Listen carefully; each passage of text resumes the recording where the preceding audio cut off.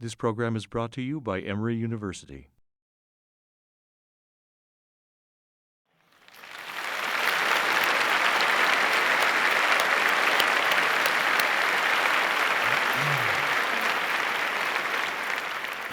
The question was, at the end of the introduction, the question was posed, do the arts have special role in deepening compassion? Or special responsibility? Special responsibility. That I think so. I think so. They different arts. I think form of music and play and karabanda. It's a poem and pun bo and actor. Timi kasa system. Lonye. Movie.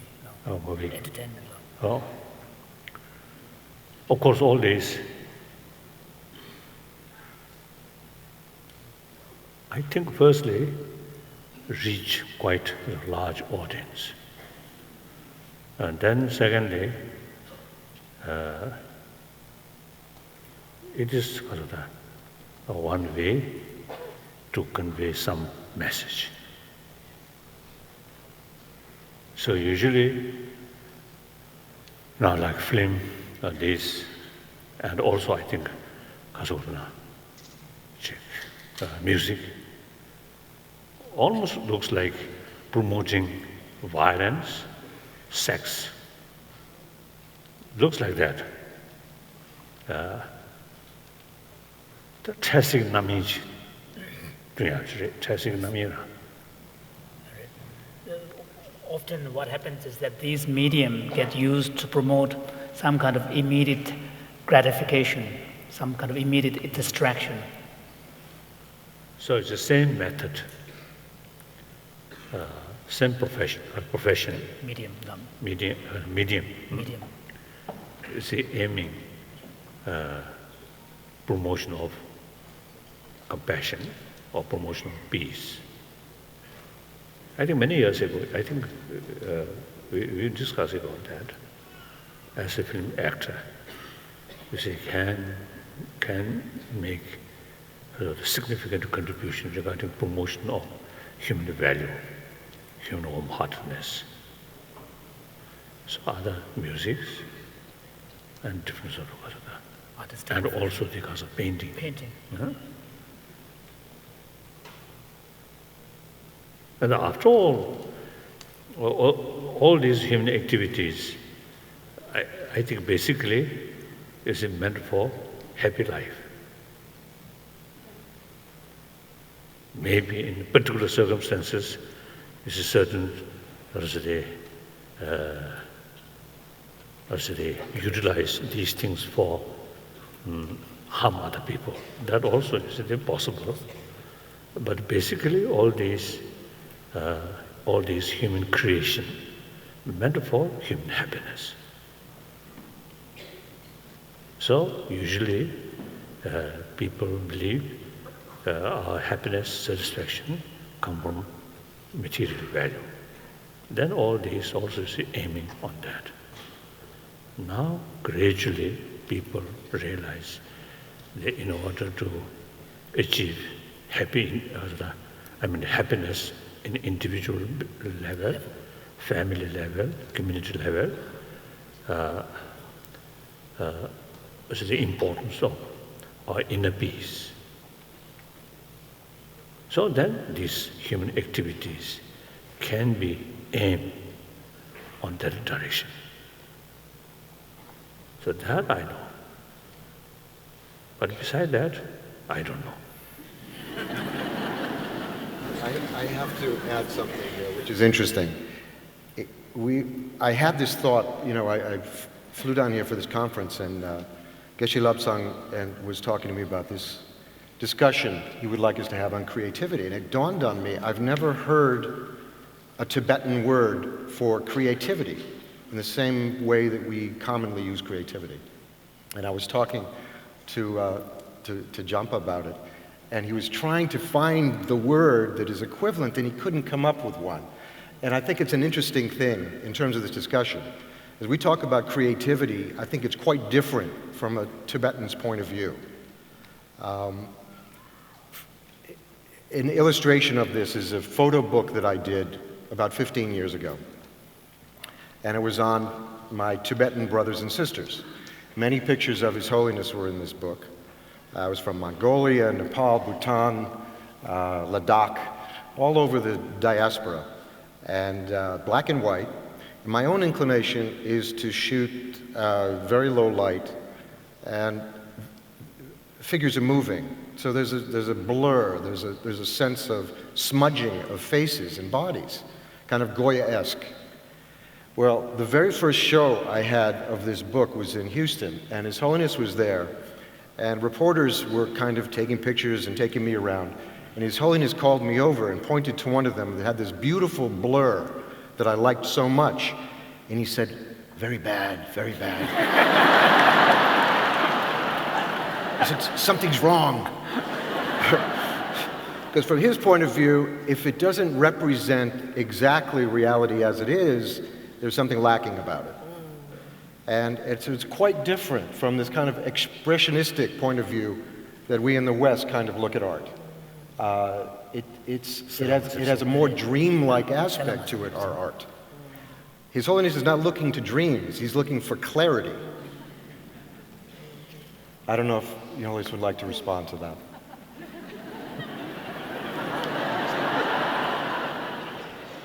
By the way, I was very upset about it. And I think about it to this day, that he didn't like my photographs. See that, I think, reach my dear friend's sort of birthday. 가서 지금 주사는 가서 self-centered. The ego. Ego.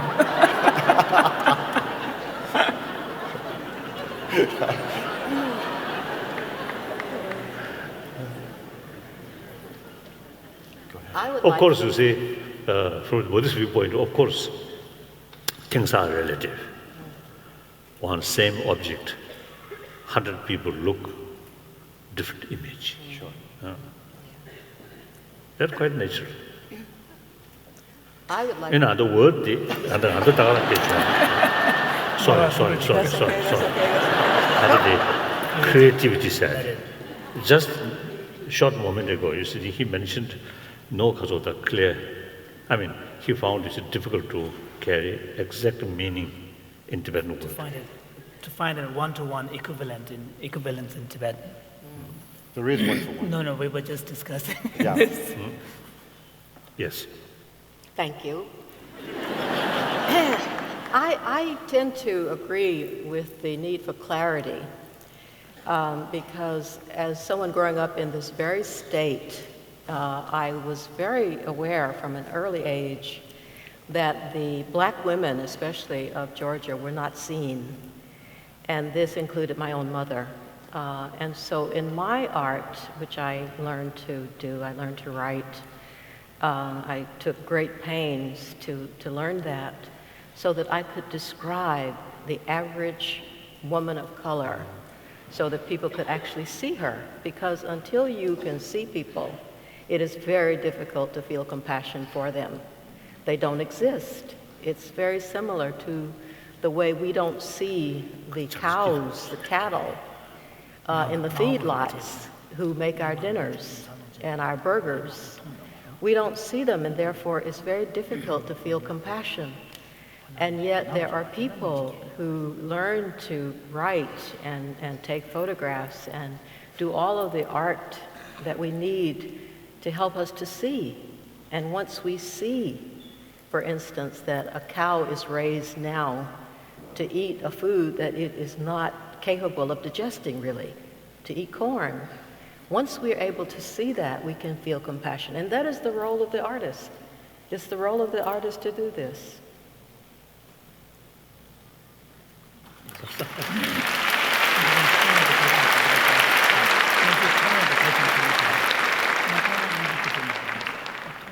I'm not sure that I'm rolling over in my mind the idea of compassion and the artist's responsibility, which was the initial question.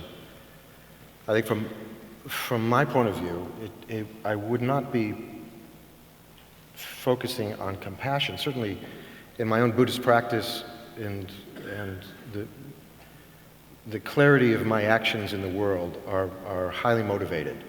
I begin with a motivation in the morning. I set my motivation for the day, and I try to live within that motivation.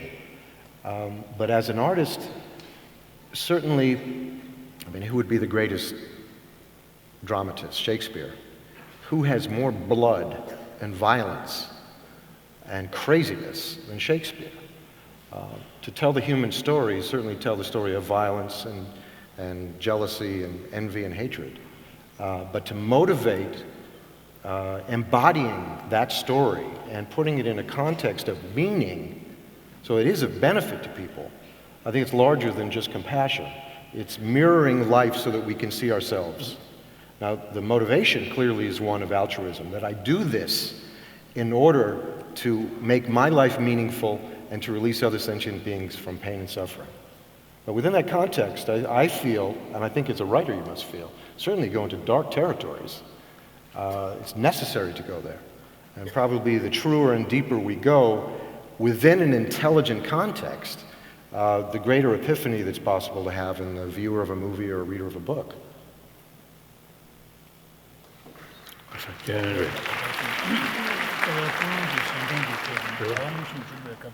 This is very true. Because You know the story of Miller Abraham? Yeah. It's only to say that in order to, adopt a stance that would reject certain negativity, you need to know what that negativity is. You have to see it, yeah. Feel it. True. 다이는 삼삼마당에 지금 안돼 but 그래 금시소 차비네 괜찮아요.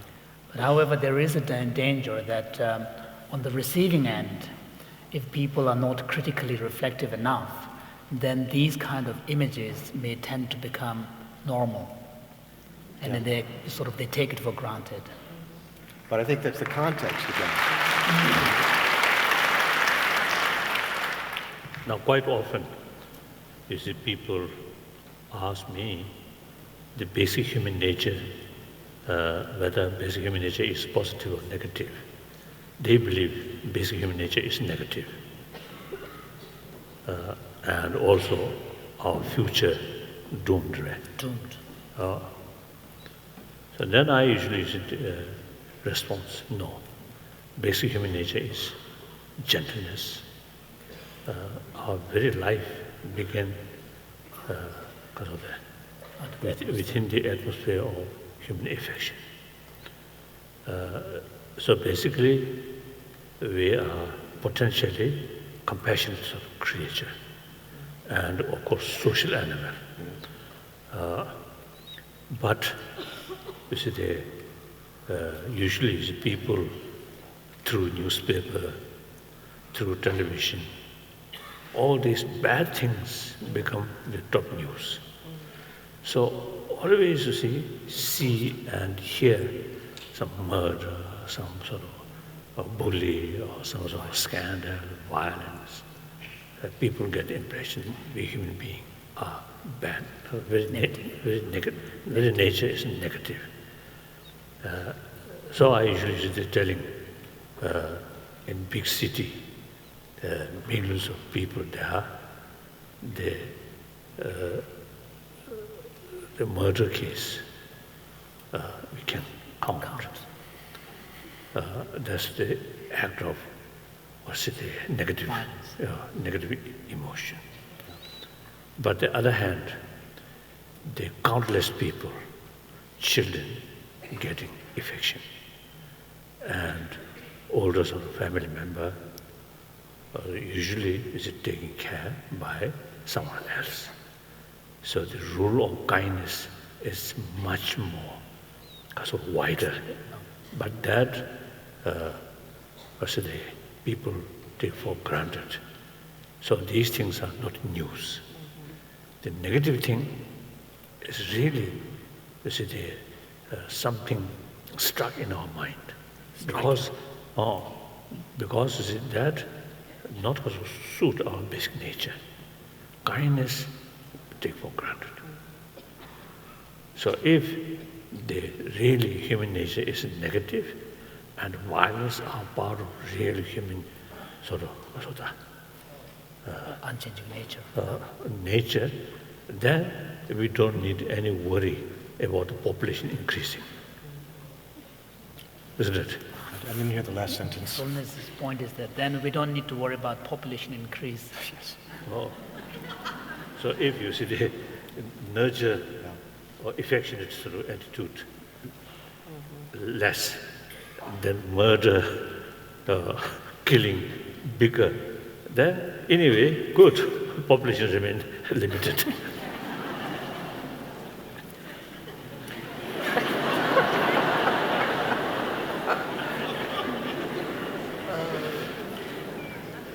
His Holiness, you know, it's interesting. The realm of creativity or art, I think the context of this thing here is essentially storytelling. Creativity is about storytelling. And there are many ways to tell stories. It could be expressionistic paintings, it could be very realistic stories, narratives, but it's essentially storytelling. And I remember His Holiness many times has said, cautioned students of his, you know, don't think that I'm someone who was just born like this, that I am this person who has developed an extraordinary wisdom and sensitivity and compassion. I said, it didn't come out of nothing. I have to work at this constantly. And that's the narrative that His Holiness chooses for other people to see in him. Not the narrative of the virgin birth as the Buddha, but as someone who continually has to work. And that is an interesting story. That is a story that compels people. The story of Milarepa is so extraordinary because of the operatic scale of the story, of being totally lost in anger and hatred and revenge, and being able to transform that in his life into enlightenment and Buddhahood.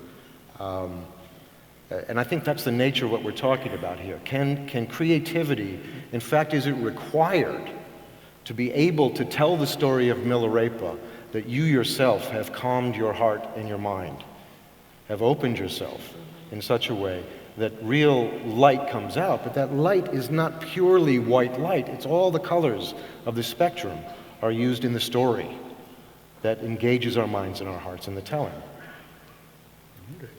I will be very happy when the story of Milarepa is commonly known in the South, because he is one of us. He is someone who did transform incredible violence and hatred into something useful. And that is also part of our culture. It's a wonderful story. And I know the people here at Emory know it probably very well. But I would like a day to come when it is also taught from the pulpits of this city and the pulpits of all of the churches in the South, because it is a story for us. It can help us deal with our feelings of distress and despair over so many centuries. And so I would like that very much to happen. Milarepa.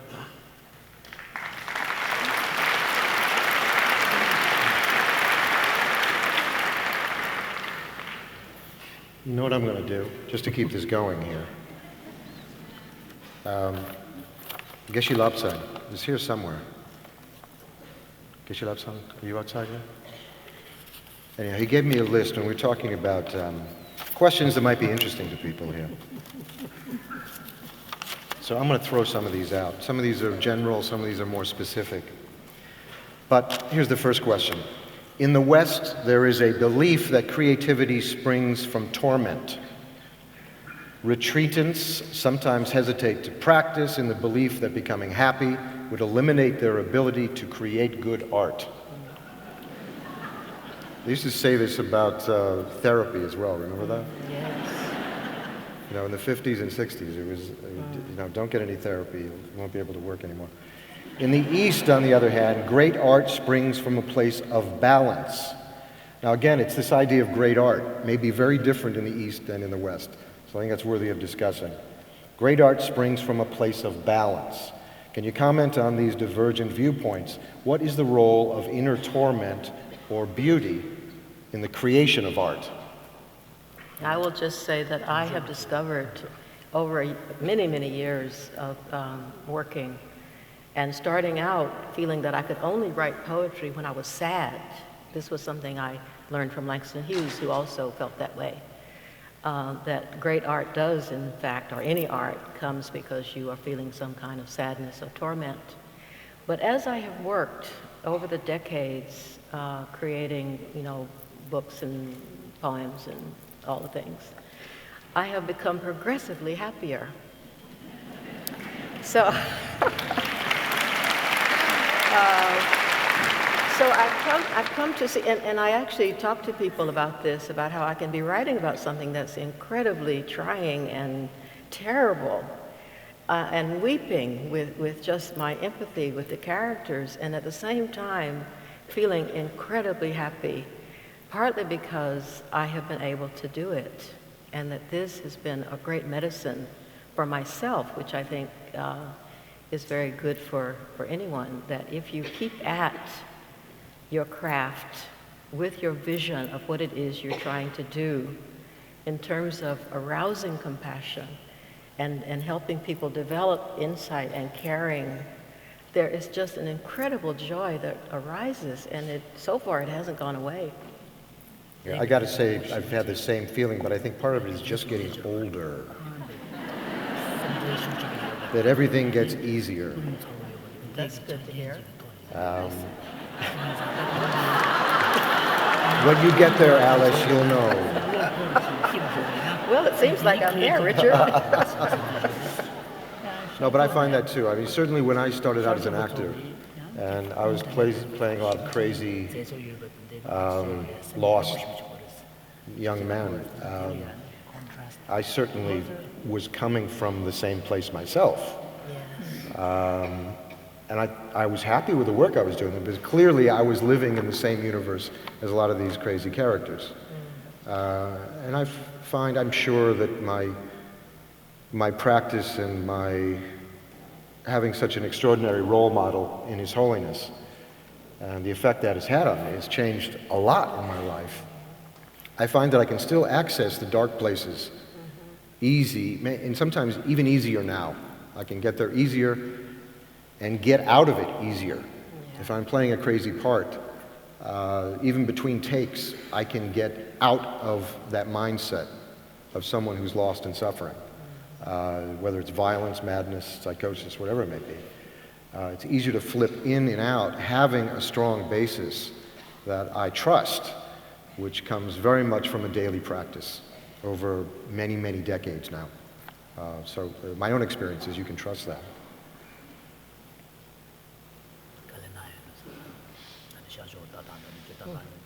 나중에 몇이다.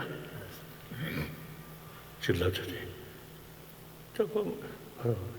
그 심주야 오셨는데 생님이시. Someone says that's a difficult question, and he personally really doesn't know how to answer this.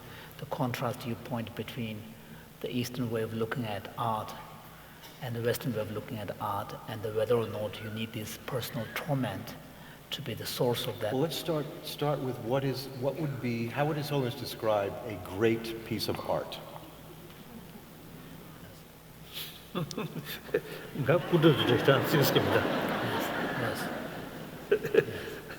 I think me personally, the internal jirwa, that the society catches the chilo which is Zulanga or Kudus, So for me, frankly speaking, the emphasis is more on the internal experiences rather than the external forms of art.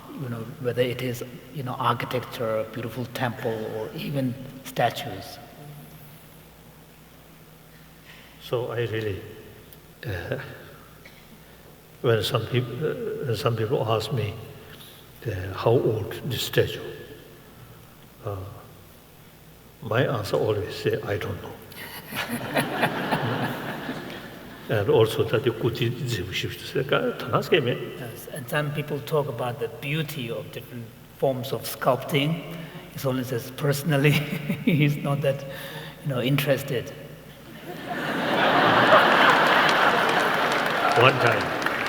One time in England, there was, I think, the old famous cathedral. I have been there, I think, some talk. Then before, after talk, there's some people, some concerns of the leader of the temple. or church? At the chapel. Chapel.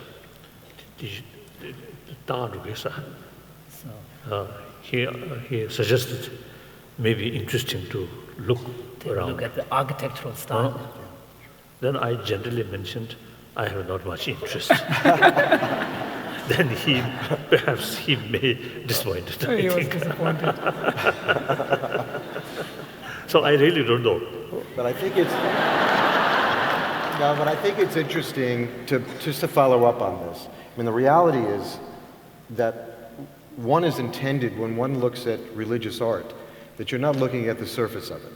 You're looking at the internal qualities. If it's a statue or a painting of the Buddha, you're seeing the Buddha with pure vision. You're not seeing whether the quality of the painting is correct, it's better or worse. You're not judging that. Your pure vision is it's the Buddha or any deity or the mandala or whatever it may be. One is trained from His Holiness's early training to see that with perfect vision. Now, I'm assuming that that also applies to the universe. You can have perfect vision on the everyday universe that we exist in. And that would be the same creative, I would call that creative vision that can transform the world, seeing it purely as it is beneath the surface. To me, that's a very creative act. Oh, good. Thank you.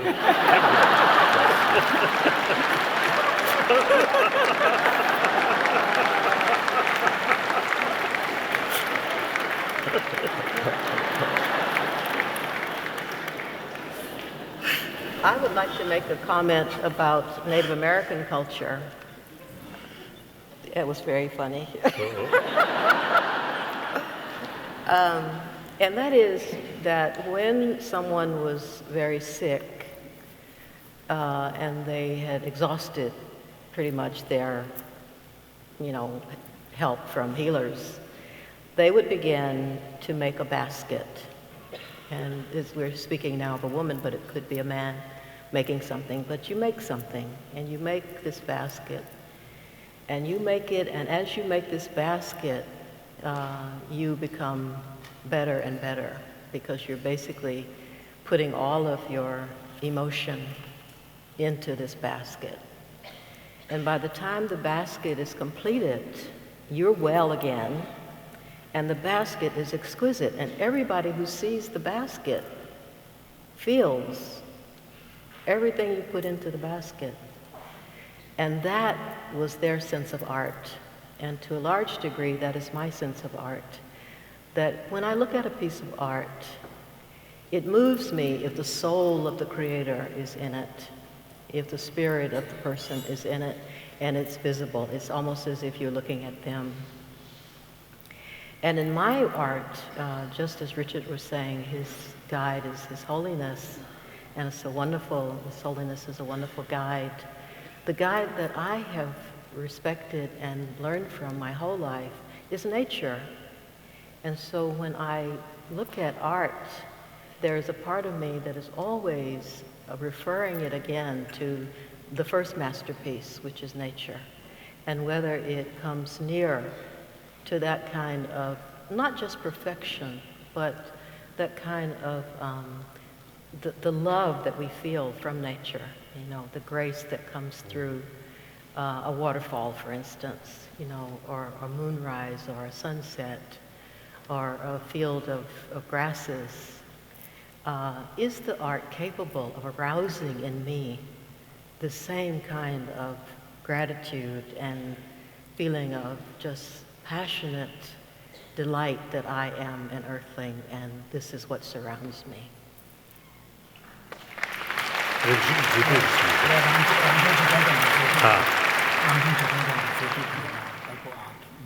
Someone like to say something? No. Well, in that case. Well, I think clearly, look, my first engagement with Buddhism was through Zen. And Zen also is the tie to nature is extreme. The beauty of the natural world, the simplicity of that perfect old piece of wood, that it's taken a long time for that wood to look like that. for that old building to deteriorate just to that level. Wabi-sabi, I think, is what it's called. The Tibetans are not coming from that same place. It's a different aesthetic. And I think His Holiness is right. That Tibetan experience is really internalized much more. It's much brighter. The lights are brighter. The colors are brighter. The Japanese one is much more muted. It's in the colors of sadness and nature in a way that's melancholy. The Tibetan expression of Buddhism is not melancholy. It's vibrant and a bit wild. It has a wrathful aspect, but that wrath is also filled with an extraordinary creative energy. It's not about destruction, it's a fierceness. Remember, Bob Thurman used to, instead of wrathful deities, he called it terrific deities. They have terror inside of them, but a terror, kind of a positive terror. They're terrific. I never let him use that when we wrote stuff together, and I changed it, but I could see what he was thinking and where he was coming from. The Tibetan thing is quite different now, and it is, I can see that it's internalized. The visualization of colors is very important in Vajrayana Buddhism, and the vibrancy of those colors is important in the practice. It takes a bit getting used to. You know, Zen is a lot easier, I think partly because we know nature, and we feel comfortable with nature, with the natural world that we can walk through. The Tibetan world is quite different. It is one of the imagination, much more. And frankly, I do find it a creative process, this imaginative process. From an actor's point of view, I'm continually imagining a character. I'm imagining a world that is in that play or in that movie. It will come into some form of existence at a certain point, but the work process for me is really totally imaginative. It's spontaneous in the moment in front of the camera, but that spontaneity is an enormous amount of work to get to that moment where the camera is turning and action. And I feel there are correlations between the Tibetan visualization experience and a similar one with movies. When His Holiness and I first met many years ago, first of all, we've never discussed movies or acting in any way whatsoever. This may be the only time we've talked to this degree about it. But the very first time we met in Dharamsala, His Holiness had absolutely no idea who I was, and which was fine for me. It was great. His brother, Nari Rinpoche, was translating. And I could tell they spent maybe 10 seconds with His Holiness asking, so who is this guy? And he explained, well, he's an actor, he makes movies, he's semi-famous in America, blah, blah. This is a long time ago. And so he looked at me, he said, so you're an actor? My brother tells me you're an actor. I said, yes. And he said, when you do your acting and you're crying, are you really crying? And he said, when you're angry, are you really angry? And when you're laughing, are you really happy? And I was a bit taken back by this because I wanted to talk about shunya and emptiness and higher concepts. And I said, well, yes, of course. I mean, it's, you know, if the performance is going to be realistic, I'm really crying and I'm really laughing and I'm really angry. And His Holiness looked very deeply into me and he just started laughing hysterically. And I have thought about this moment, I can't tell you how many thousands of times over the last 30 years. But of course what he was saying to me was, here I am, this creature who imagines emotions. I imagine a narrative, I imagine a universe, I imagine feeling things, and I believe on some level that I'm actually feeling them, although I just conjured them up myself. And of course the world functions exactly the same way. We've all living an enchanted life. The enchantment is we've created this universe of emotions. Positive, negative, all these things happen. and we believe they're actually real. Now, what an extraordinary lesson in creativity I was given in my very first 5 minutes with His Holiness.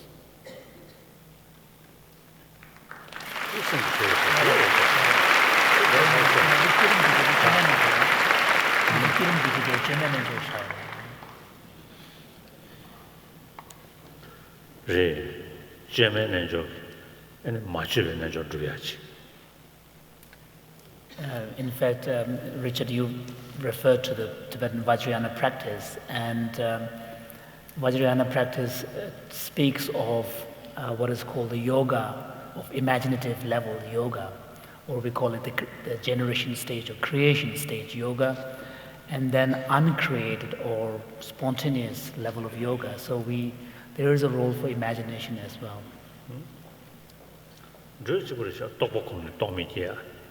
So what this suggests is that through deliberate cultivation, you can reach to an kind of effortless, non-simulated kind of spontaneity.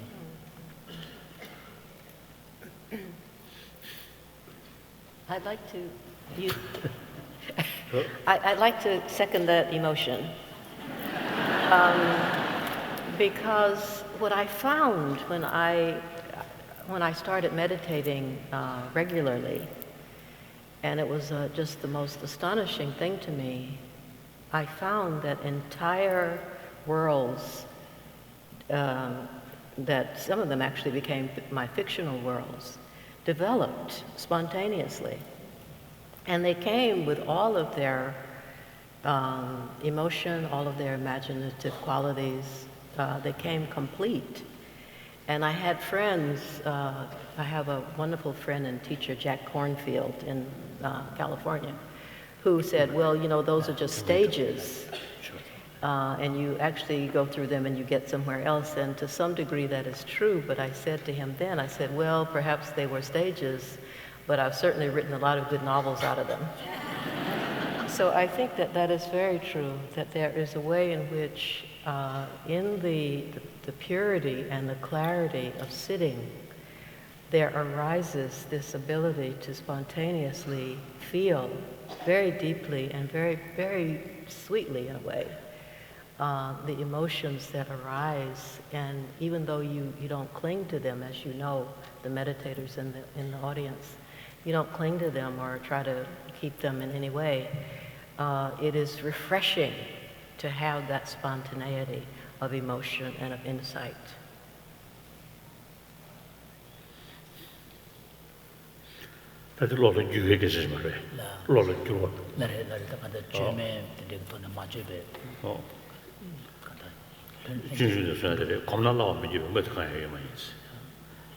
There is a line in Shantideva's text which says that through cultivation of familiarity, there is nothing that they wouldn't become easier.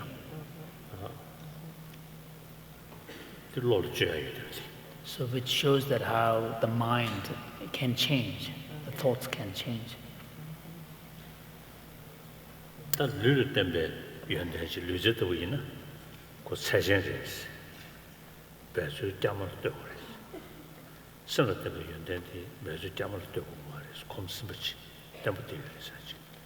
Also, in the Buddhist tradition, we make distinctions between qualities that are very heavily contingent upon the body and qualities that are more of mental nature. And say, for example, like athletic prowess, these kind of qualities, because they are heavily contingent upon the body, unless you keep repeatedly, practiced, these are qualities that at some point you will lose. Whereas the mental qualities, once you reach a certain stage, then they have a certain kind of optimal quality, so that you don't need to consciously keep at it. At some point it becomes effortless. Exactly. Yes.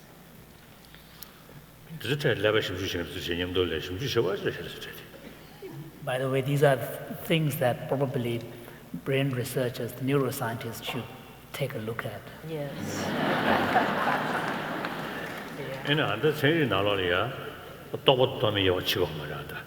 Another thing that I noticed is that in kind of neuroscience, when they're looking at mental processes, they don't seem to make distinction between sensory experiences on the one hand and thoughts and these mental processes which are, more mental rather than sensory. Similarly, they don't seem to be able to make distinctions at the brain level between an illusory experience and a veridical experience, a true experience. Realistic view, the unrealistic view, something not chaos. The level of the yacht situation. So, for example, a view that is more in tune with reality, a view that is less in tune with reality, from the perspective of the experience, there is a big difference. But at the level of brain, somehow at this point there seems to be no distinction.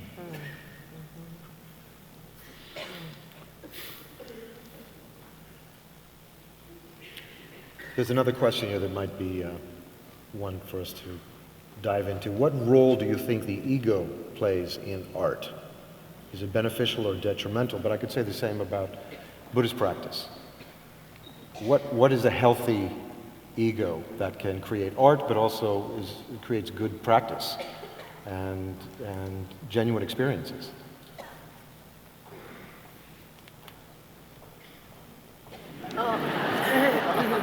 Well, I think the ego has a role. I think that what is required is that it be strong for itself and for good.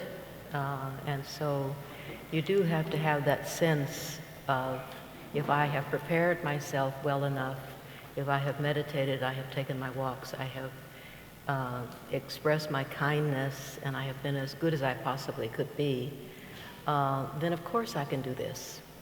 And so that is the role of the ego that I think is very fruitful and helpful. This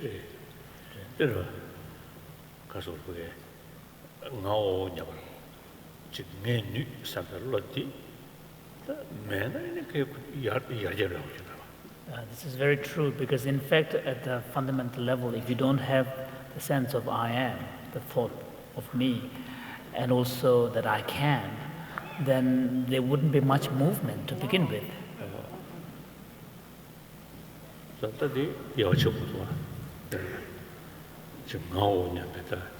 Egoistic, or in other words, usually I say, the sense of strong self. It is necessary in order to carry a serious practice, in order to serve others. You need that kind of self-confidence and willpower.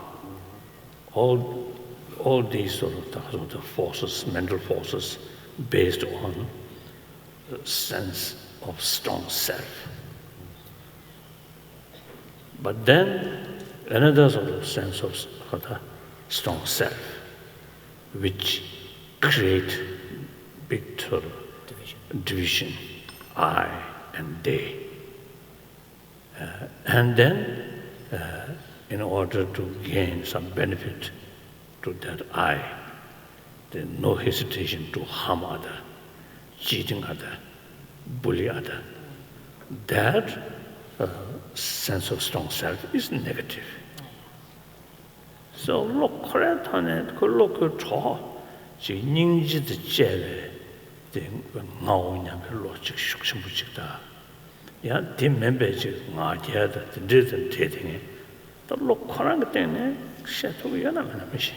So His Holiness is wondering whether we can actually make distinctions from the nature of the ego itself, or whether it is more of a function of other accompanying mental, kind of qualities, such as if the ego is accompanied or rooted in a kind of a wider perspective that includes values like compassion, caring for others, then that could be seen as positive. But if the ego is contextualized within a framework which is completely, self-centered, full of conceit, then it could be destructive. So he's wondering whether we can make this distinction purely from the nature of ego itself, or whether it's more of a function of the other factors that are part of that ego. When a desire, for example, the feeling of desire something positive, and then that desire is very right. Without that, no move, no effort. So desire for harm other, that desire is wrong. Or then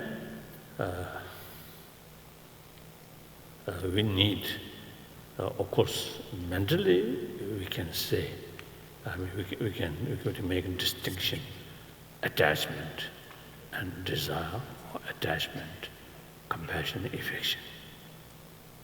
In a brain level, I don't know. So far, no clear sort of what's the finding. I think really worthwhile. Someone let him or let her develop strong attachment towards their own relative. Then during that moment, what movement and what part of the brain? Then those practitioners who trained a person towards one enemy or his or her enemy, visualize, and then through reasoning develop genuine compassion. So there, no attachment. That loving kindness or compassion is genuine compassion, unbiased. So mentally, big differences. And I think even the feeling level, the previous one, some kind of you yourself, not fully sort of self-control sort of meddling sort of 말해버리는 게 조삼때 차고 스스로는 패치디 컨시에스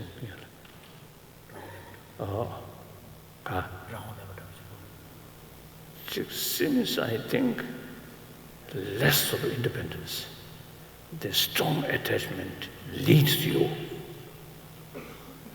The later one, unbiased, genuine compassion, I think on the basis of strong sense of strong self and full self-confidence, and voluntarily take concern of my enemy's well-being. So as far as attachment is concerned, because he or she created problem, so conventionally consider enemy, so no basis of development of attachment. But through training, through awareness, this is the genuine sense of concern of the perpetrator. The perpetrator's son. Perpetrator. Oh. So mentally, big differences. But the reaction of the brain,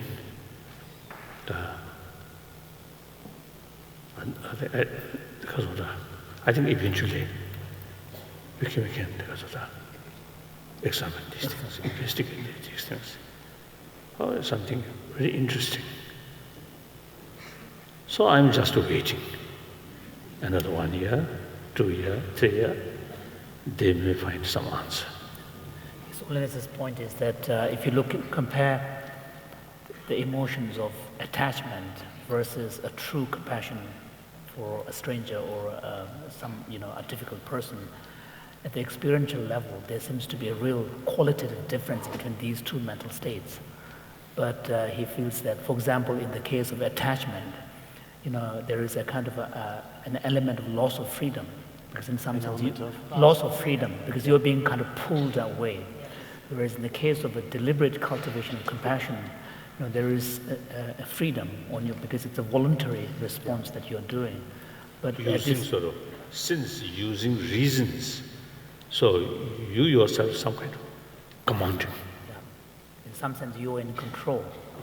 it's a choice that you make, yeah. You take, yeah. So His Holiness's point is that at this point, the neuroscience doesn't seem to be able to kind of distinguish the two at the level of brain, but he's hoping that one of these days. Well, I don't think they've asked the question yet, have they? Yeah, I don't think it's been posed that way. experiment I already mentioned these things. So now some scientists now sort of taking sort of interest. So the other day, choices how to get this. The Buddhism not the in terms of taxi, any questions how to chetu is legend.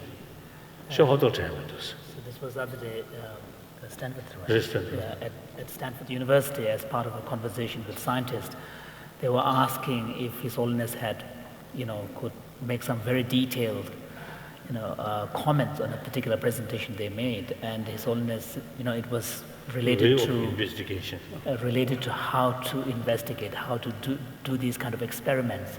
So His Holiness said, well, unless I have the time to spend weeks with you and in the laboratory. And in the laboratory, then I may. Sorry. the questions will come up.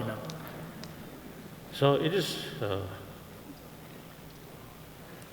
I think generally, the scientists themselves, of course, not fully sufficient awareness about this different mental phenomena. So mind lives in the mind, consciousness. Sometimes the people have the notion when we speak of mind or mental phenomena or consciousness, they have a sense that this is just one big thing, one thing. So I think the next few years, or even next few decades, I think there's a real scope for a lot of sort of development. Discoveries. A lot of discovery. Well, hopefully Emory will be a big part of that. Yes. There's 3 universities. Yeah? Emory University, Yeah?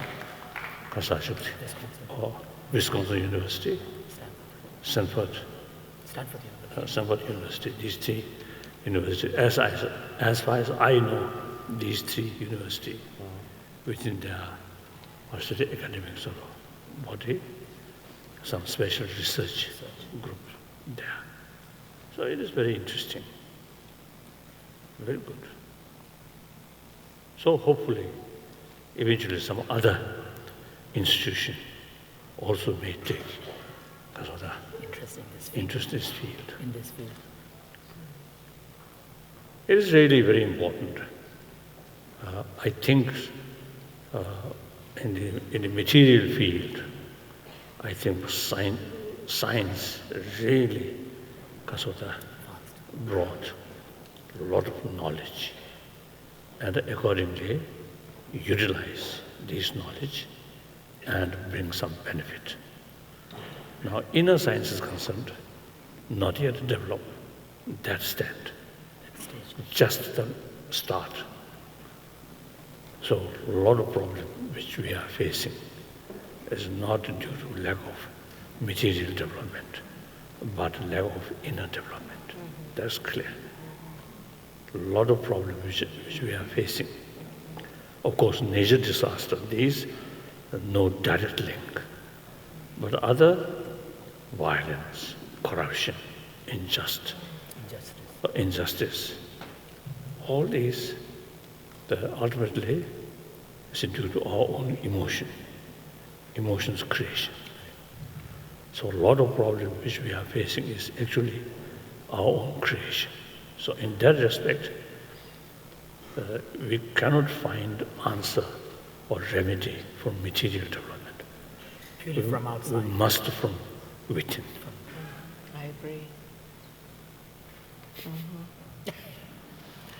So that these people, now educate other people. Right. Now please pay more attention about our inner world. Yes.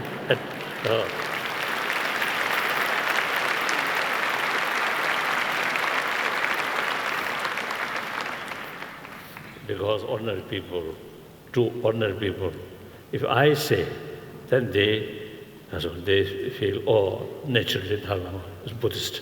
So his own field is these things. So like you, or artists, you see, they say more about the importance of these inner value. I think some people may listen more carefully to your word. That's a huge responsibility you just gave me. That's true, but this real goes back- creativity now. Because I think criticism. That's real creativity. Yes, it is. And that's true, and I acknowledge that I do think that is the responsibility, going back even to the first question that was asked here.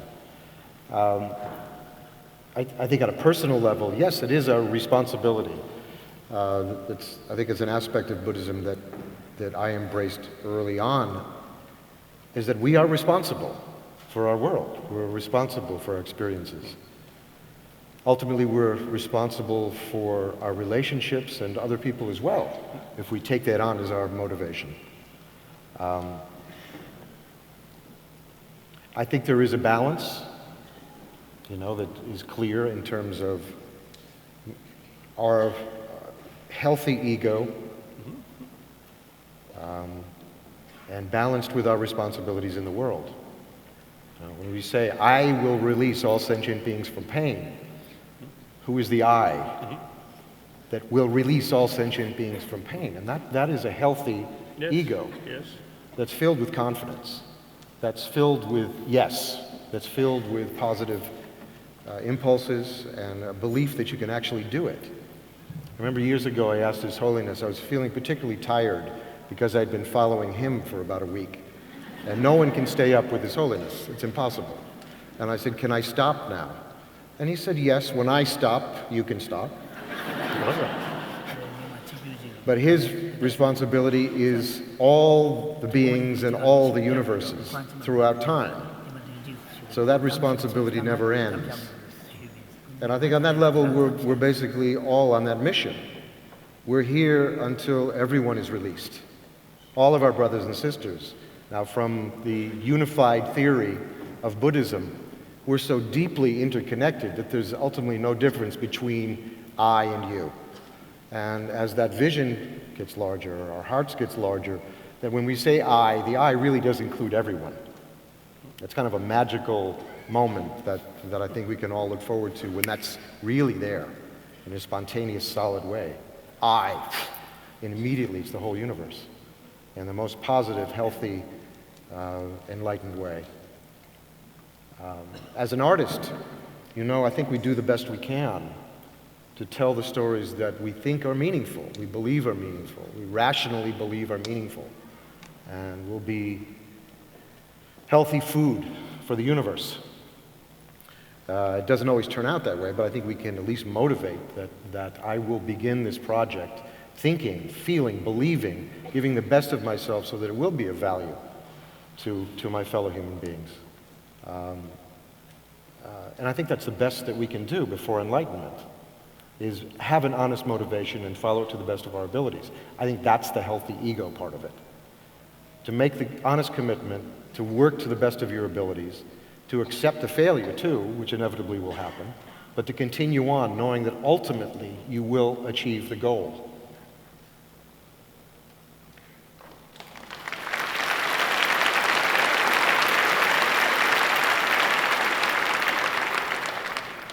I would like to mention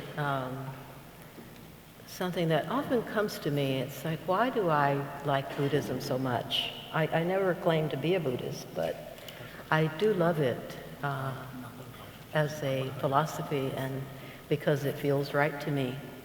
But there are places in it that dovetail so beautifully with Southern traditional culture, my culture anyway. And one of those places actually is right where we were talking about how the struggle is forever. And that is part of what we accept. We accept that as artists, we accept that as human beings who want to evolve. And sometimes the days can be very dark and things can be very heavy. And we were taught, and this is one of those places where the Buddhist thought comes with the thought of Martin Luther King Jr., for instance.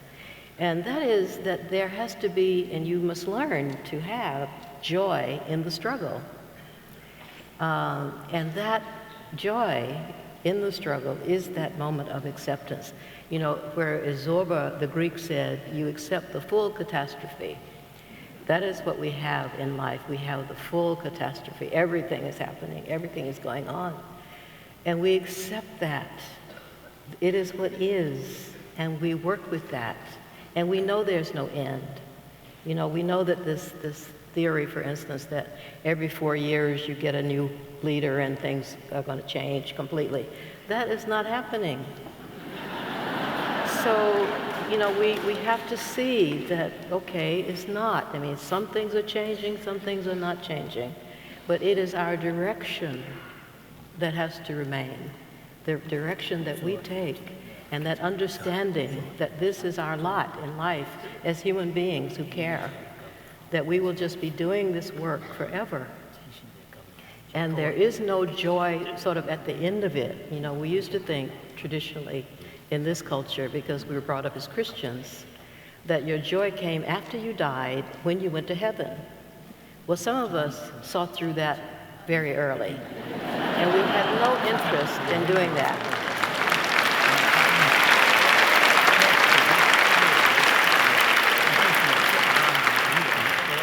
I can tell that there are recovering Christians in here. Anyway, but just that understanding that if you keep at it, if you accept that this is your work to do. You know, I have always, since I was very young, understood that I was here for a reason, that there was a purpose to life. And I was given it, and I have carried it to the best of my ability. And I think that is why there is such joy, you know, in my heart and in my spirit, that I have not shirked any part of it, and I have accepted all of the slings and arrows, knowing that this is it, you know, just being right in the middle of it, you know, the firing and the, you know, the strife and the struggle and the accusations and the meanness and all of those things, they're just part of it. But the joy is in the struggle itself, and that comes from, you know, us here in the South, and it comes from Tibet, and it comes from Native Americans. It comes from all people who really finally get clear about that you just keep going, as His Holiness says so beautifully, and as I have on my wall at home, you know, his direction, that, you know, whatever is happening, no matter what's happening, you just keep going, and that's the joy of it.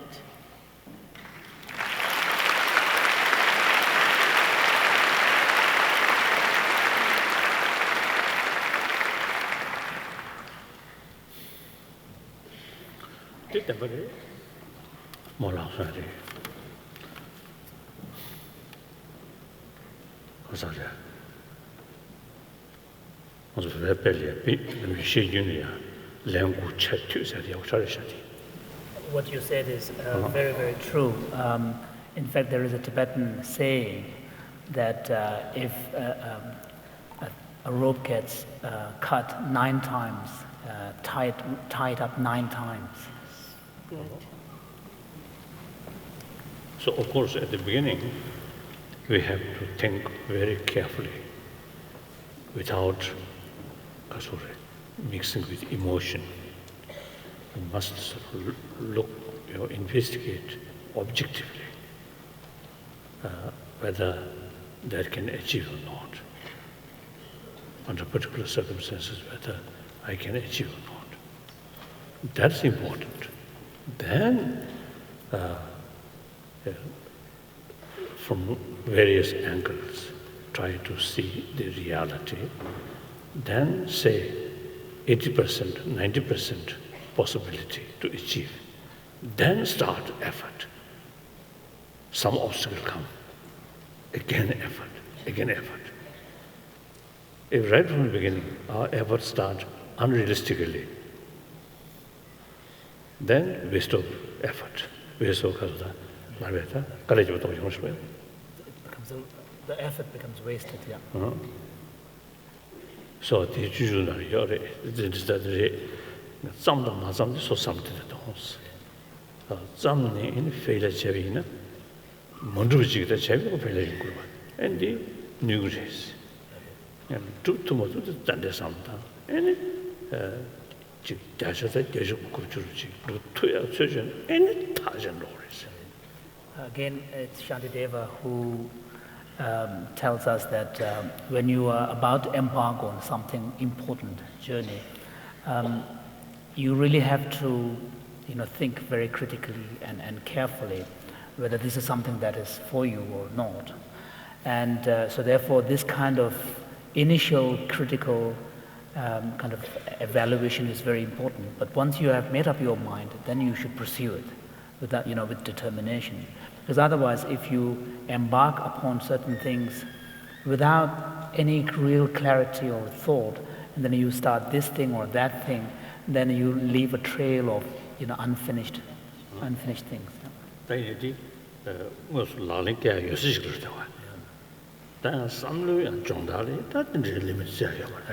So this is, of course, he's making a very practical, suggestion when you are going about doing something.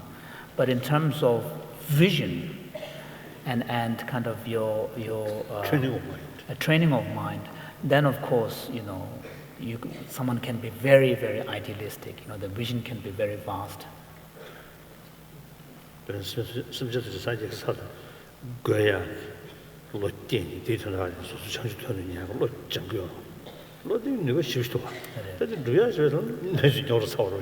for example, in the context of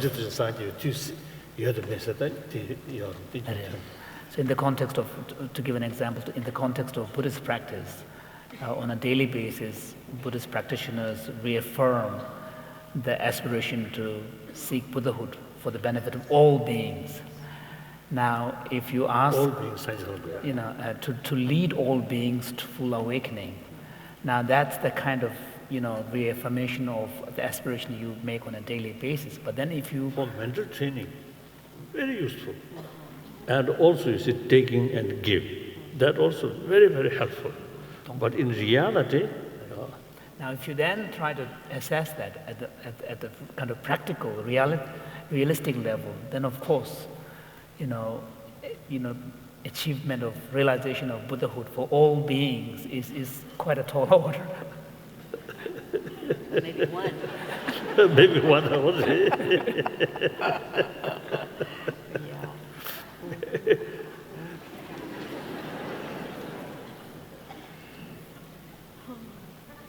There's two other areas I think we could get into here.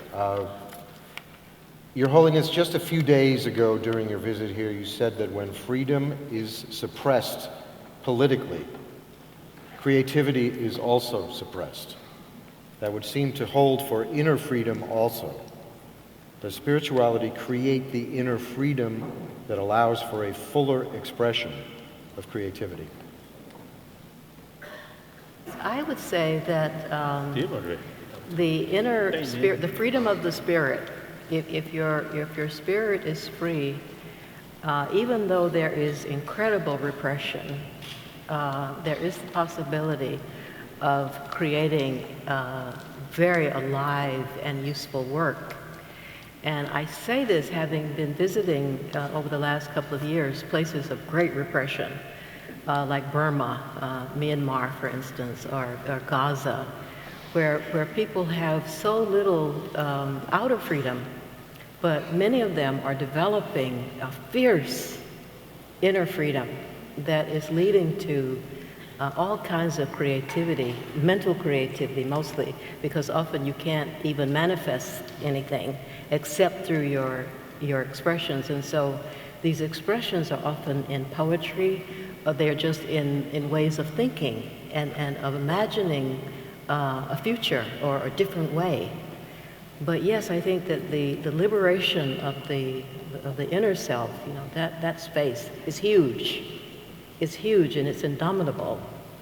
And out of that comes the possibility of creating with amazing freedom and amazing energy. And we've seen that in our own culture. Every few decades, there's this explosion from people who have been repressed or depressed also. I think the converse is true also. I mean, I've seen this with my filmmaker friends in the former Soviet Union. That system, because of the oppressive nature of control, the filmmaking and the writing became so subtle. The symbolism, the codes for discussing their situation became so subtle that the work was quite extraordinary. It would not have happened otherwise, for being under a very repressive regime, thought control and other kinds of control. Since the breakup of the Soviet Union, the film industry has radically changed. You haven't seen the level of expertise and subtle, beautiful films that were made under the Soviet leadership.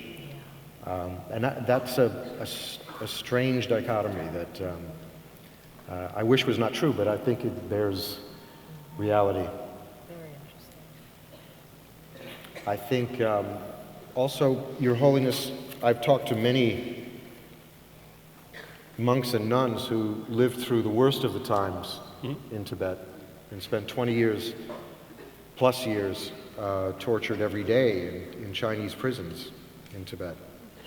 And the ones who survived, with their inner practice, said these were the best years of their lives. They were able to overcome so many of their interior demons in that process, found extraordinary levels of grace under that kind of pressure that they never would have achieved otherwise.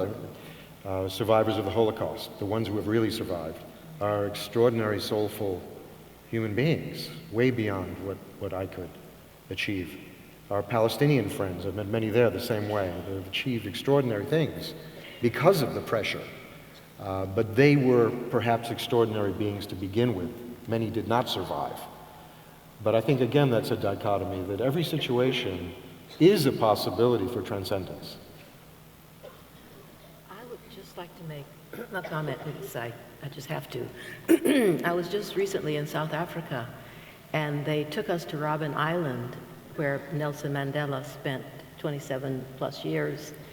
And they actually put me in his cell and, closed the door, and I suddenly, I felt this amazing peace, and I wanted to just sit on what was his pallet on the floor. I wanted to sit there and meditate, actually, or take a nap, to be perfectly honest, because I was very tired. But what I really got from that visit in his cell, looking out at the courtyard where he had spent all of those years breaking rock with a hammer, I, for the first time, understood that that is partly what made him Mandela. That without that meditative, it had to be incredibly over the years.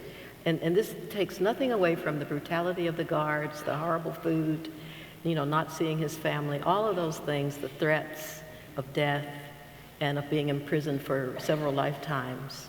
Still, it was astonishing to see that in that environment, he had been brought to a place where his violence was drained from him, and his sense of compassion flowered, and so much so that he, when he got out of prison, unlike many of the people who were not in prison, he had lost race consciousness.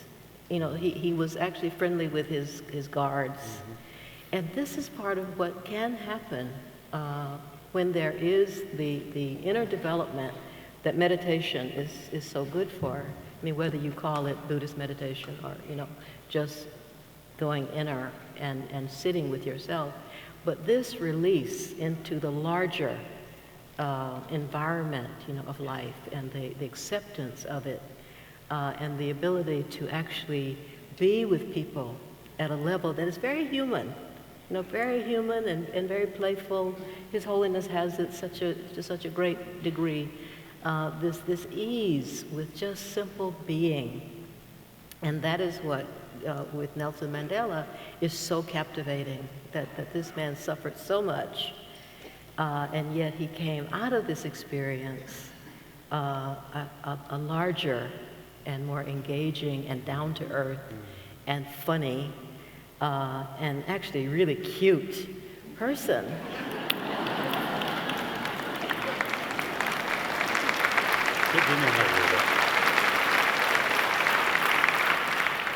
Magic time and the freedom searching of the share of the Kungunera, the Tarbasa, the Numumbe, Chumel Tarbas. Situ can the church in some Mishibutigi, Jingbis. Tabananda Nasaman Rosojibina. Gang Shuji on Daddy, the Inus Summer Nadia, Mishibe one get that bed to control says it and membership. That to me, Chung Chari, Todawan, Daddy, that Chikora, Dajik, that's because of similar assumption that times than it. Kora Mishibe Charlotte says one. Then the dear say. Down the journal of Modesh with the Hidigi, Jangaran Chudiore, Chuban, the Chigla, Chiglojon, and Cheshire Zane, or Pamela. That is so to me, sometime. Mishibi Shawan to tell to me. Mishiba the turn around. So this did that then the conventional sometimes too. Yeah, Tom sometimes dance too. So this paradox that both of you are bringing up, how for some individuals true freedom can arise in the context of actual repression, seems to kind of Holiness was saying that it reminds him to inquire into the deeper meaning of what freedom really means. In the Buddhist understanding, freedom has a sense of being free from the influences, the kind of the restricting influences of attitudes and perceptions that are rooted in some form of ignorance and delusion. So, in the case of Nelson Mandela, on that island, once he was able to acknowledge the reality of his situation, then at one point he made the choice not to be enslaved by the condition that he was in, and choosing not to be enslaved by the attitudes and the perception that would further enhance delusions and ignorance. Once he was able to do that, there was a sense of liberation. So then he was able to truly exercise, although his physical condition was restricted, he was truly able to exercise freedom. So we also see similar kind of, examples in the Tibetan, of course in a minor case, of individuals who, by using their Buddhist training of mind training, lojong and so on, have made the choice while they were incarcerated that they would, instead of giving themselves into strong negative emotions, that they would use that opportunity. Then those opportunities, were the best for their spiritual practice. So you can see, if you look at the meaning of freedom, you can look at the even conventional level, but even in the ultimate sense, what we mean by freedom, in the Buddhist context, true liberation is a free state, and this freedom is characterized by freedom from all the influences of ignorance. So as I mentioned before, any action, unrealistic action, won't get result, more disappointment. The method or effort should be realistic. So that means also unrealistic will not carry deliberately, but due to ignorance. So realistic approach means aware of knowing fully. So I think, for example, the person who are in the prison. So in any way, there's no way to escape. Have to sort of live. Then that difficult circumstances utilized for positive way. So his approach is a realistic approach. One monk, Namgyal Monastery, he spent 18 years. I think you already heard. Namgyal Monastery, he spent 18 years in Chinese Gulag after 59, since 59. Then early 80, he came out. Because then you see, the Chinese government allow visit here and there. So he also come.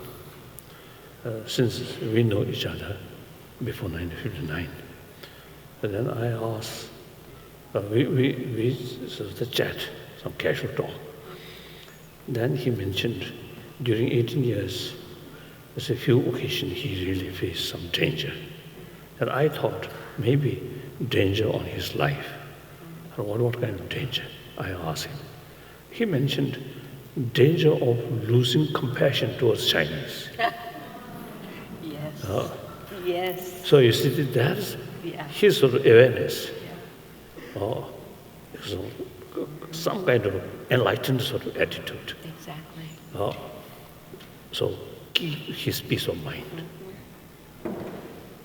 If you see more anger, no use. Right. Maybe his life shortened. So again here, out of ignorance, anger, and fight, and finally maybe suicide. Out of awareness, more patience, a realistic approach, and immense benefit. So some kind of liberation from inner, although like these monks, these nuns, physically still controlled, no liberated, but their own way of thinking liberated. Yeah. So you see, they can keep inner peace of mind. So that physically also immense benefit. Again, my physician, I think you may know, Tenzin. Yeah. Again, you spent, I think around 20 years. Many of their group died in prison, including starvation. But he told me, in his cell, you see, he hold Chairman Mao's quotation. Book of quotations. So the watcher, the prison keeper, God, they see, this person, Study. wholeheartedly study that book. But actually, firstly, he count how many letters. Then he recite mantra. Look here, second, third, fourth, fifth, 10, 20, 50, 100, like that. So these are, some kind of inner liberation. Yeah. Not just this worry, anger, hatred, not that way. In any way, there's no possibility to escape, To leave. to leave. To leave. Yeah. So,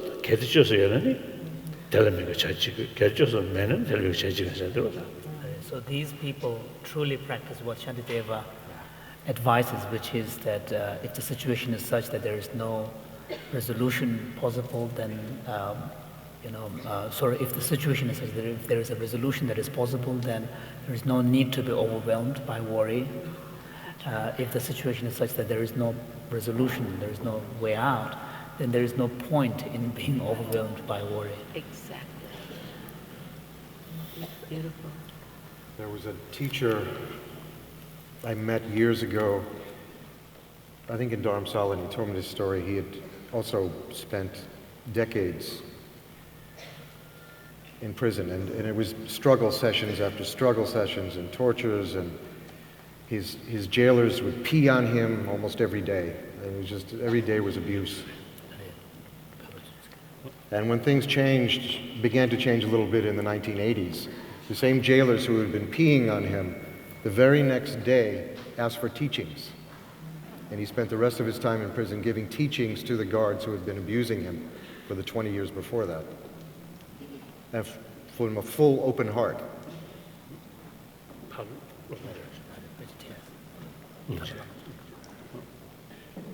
I think in this country, we have the illusion that things are okay. These kind of problems are not in our faces. And maybe they're bad conditions for us to really progress because we're relatively okay. And I keep thinking that maybe that's a huge problem for us, that we have to create a situation, or at least understand our real situation, which is that we're drowning in mediocrity, we're drowning in egocentricity, in not caring.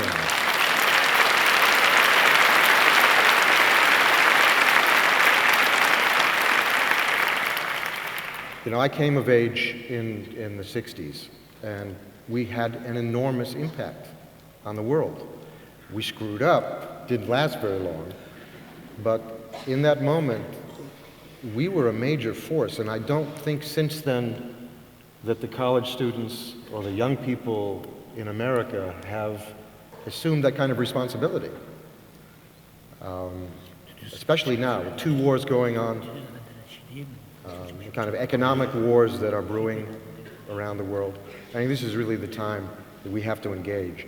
And instead of having Chinese jailers peeing on us to motivate us to make that kind of strength and courage inside of us, that it's our own world as we look around needs to motivate us to get involved and do something. It can be done.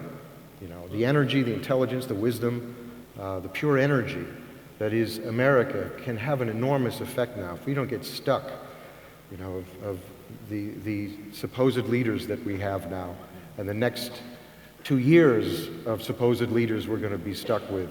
But really stay engaged. Don't believe what we're told.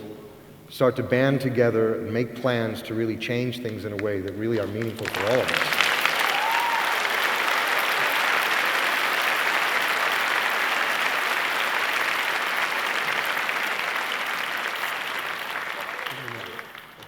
Yeah, sure, go ahead. My own experience of America is that it is, you know, going down the tubes. So I don't feel that, you know, it's all, you know, looking all that good. I mean, we have, in my community, we have 2 million people in prison. So they're being peed on regularly. And this is part of the reality that we face, you know, every day. Like our brothers and our cousins and our uncles and our fathers, they're in prison. And a lot of our mothers, they're in prison to this day, at this moment.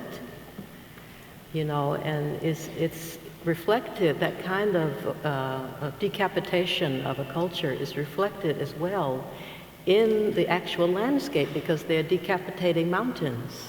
You know, they are decapitating trees. They're killing the rivers. The rivers are almost all dead. The fish are almost all dead. So there's no way of feeling, from my perspective, that we are in any sense able really to afford to be oblivious. So I would just say that it is up to all of us, as it always is. It's always up to us. And my generation in the 60s felt that we did not screw up at all. We felt like we did our best. We gave our lives, a lot of us, and we changed this whole part of the country. The reason we are sitting here, the reason I'm sitting here next to Richard, do you realize we could have been arrested for sitting next to each other within our lifetime? We could have been arrested for this. We could have been arrested even if you stayed over there.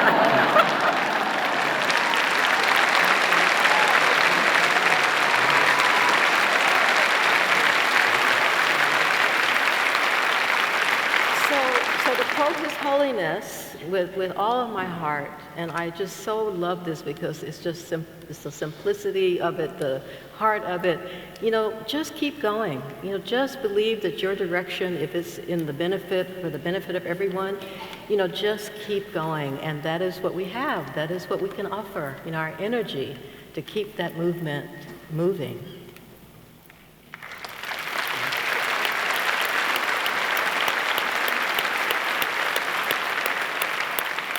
I think Your Holiness should have the final word here. Oh, just one word, perhaps one sentence. I fully agree. You both, you see, Kasoda, try to boosting morale, energy, motivation. It is very, very important. Of course, anyway, I am an outsider. I am not citizen of this country. But since my childhood, we always say, admire America as a champion of democracy, liberty, freedom. And then, indeed, it is greatest democratic country. Of course, population-wise, India is the most populated democratic country on this planet. So, due to economy difficulties. Of course, economic difficulties sometimes becoming more difficult, sometimes more go up. Okay. But due to that, if you American spirit goes down, it's very dangerous. This is the nation who really leading nation of free world. So if you, American, is really demoralized. So that's the end of the free world. So you must keep your enthusiasm and utilize your creativity. That's very, very important. Although I don't know exactly what's the meaning.